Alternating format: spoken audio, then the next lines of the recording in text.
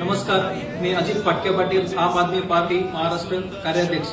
येणाऱ्या महानगरपालिकेच्या निवडणुकीमध्ये आणि प्रामुख्याने पुणे संदर्भात बोलायचं असेल तर आज जो काही राजकीय खेळ खंडोबाई आपली संस्कृत पुणे शहरामध्ये चाललाय, यामध्ये मतदार तर गोंधळलेले आहेतच, परंतु राजकीय कार्यकर्ते जे अगदी तन मन धनाने आणि समर्पित भावनेने या ठिकाणी काम करतात, त्या सर्व कार्यकर्त्यांचे हेळसांड हे सगळे राजकीय पक्ष करत आहेत। परंतु या वातावरणामध्ये आम आदमी पार्टी सर्वसामान्यांचे प्रश्न घेऊन या निवडणुकीमध्ये उतरत आहेत आणि संपूर्ण पुण्याला एक सक्षम राजकीय पर्याय आम आदमी पार्टी देणार आहे आणि आम आदमी पार्टी स्वबळावर या पुणे शहरामध्ये निवडणुका करत आहेत। माझी सर्व कार्यकर्त्यांना विनंती आहे की जे समर्पित भावनेने या ठिकाणी काम करत आहेत आणि समाजासाठी काहीतरी आपण चांगलं करू, सर्वसामान्यांचे प्रश्न सोडू, या पुणे शहराची जी ओळख होती शैक्षणिक शहर म्हणून, सुसंस्कृत शहर म्हणून, आज त्याच पुण्याची ओळख वैताग्यांचं शहर म्हणून बनत आहे, ट्रॅफिकचं शहर म्हणून बनत आहे, प्रदूषणाचं शहर म्हणून बनत आहे।